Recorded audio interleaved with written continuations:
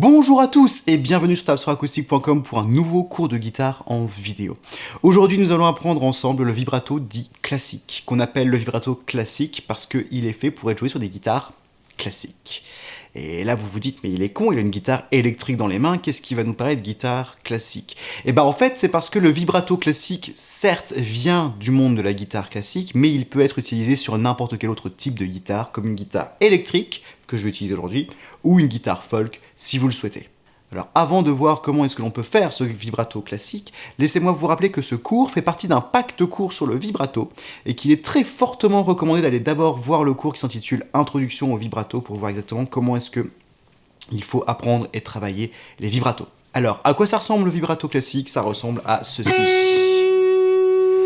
Là, j'exagère pas mal le mouvement, parce que comme vous pouvez le constater, si on l'écoute,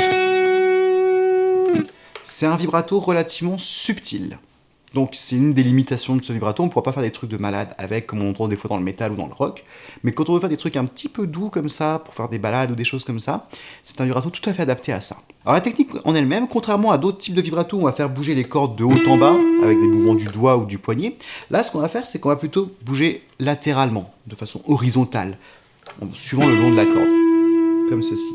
Ce qui va se passer en faisant ça, c'est qu'on va en fait tirer sur la corde dans un sens, puis après tirer dans l'autre sens. Et ça va changer la tension de la corde, et lorsqu'on change la tension de la corde, ça va changer la hauteur de la note, ce qui va la faire vibrer. Ce qui explique pourquoi le vibrato est beaucoup plus subtil, parce qu'on a beaucoup moins d'amplitude de mouvement de gauche à droite que de haut en bas. Alors comment apprendre ce vibrato? Eh bien on va commencer par mettre un doigt quelque part, n'importe quel doigt, n'importe quelle casse ou n'importe quelle corde. Je vais mettre mon majeur en cassette, corde de sol. Ce qu'on va faire qui va être un petit peu inhabituel, mais qui va beaucoup nous aider au début, c'est qu'on va enlever le pouce du manche. On va garder que le bout de notre doigt en contact avec la corde. Une fois qu'on est dans cette position, on va bien appuyer avec le doigt, on va gratter la corde, et on va faire des mouvements de gauche à droite avec la main. Comme ceci. Vous voyez? C'est un peu comme si on voulait faire ça. Ouais, ça, je sais. Mais comme on a le doigt qui est fixé sur la corde, bah du coup, ça va tirer sur la corde plutôt que de bouger complètement de gauche à droite. Et c'est pour ça qu'on va être bien appuyé au début. C'est pour éviter que le doigt ne glisse sur la corde. Donc on veut bien appuyer.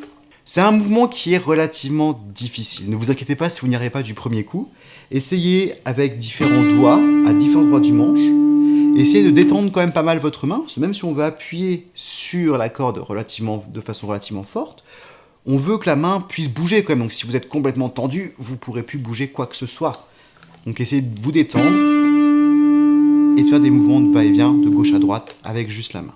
Une fois que vous arriverez à le faire à peu près bien comme ceci, vous pourrez commencer à essayer de remettre le pouce derrière le manche. Parce que certes, on peut faire ce vibrato sans toucher le manche avec le pouce, mais quand on joue de la guitare, généralement, on est en train de toucher le manche avec le pouce. Donc ça peut être utile de remettre le pouce et de travailler le même mouvement avec le pouce derrière le manche. Vous constaterez que c'est plus difficile, parce que du coup, on n'a plus qu'un seul point de contact, on en a deux, et on a plus de mal à bouger tout le reste de la main. Mais avec un petit peu d'entraînement, ça viendra. Bien évidemment, réussir à faire le mouvement, c'est une chose. Réussir à en faire un beau vibrato que vous intégrez de façon musicale dans un morceau, c'est plus difficile. Et ça sera le sujet d'un autre cours qui s'intitule « Comment faire de beaux vibratos ». Donc travaillez d'abord le mouvement vraiment de façon technique pour commencer, et ensuite allez voir cet autre cours pour l'appliquer de façon un peu plus musicale. Sur ce, c'est la fin du cours, donc je vous rappelle que vous pouvez nous mettre un petit commentaire, un petit like, un petit abonnement, vous pouvez nous rejoindre sur facebook.com/t4aguitare ou sur twitter.com/tabsoracoustique, et j'espère que je vous verrai une prochaine fois sur tabsoracoustique.com pour d'autres cours de guitare en vidéo.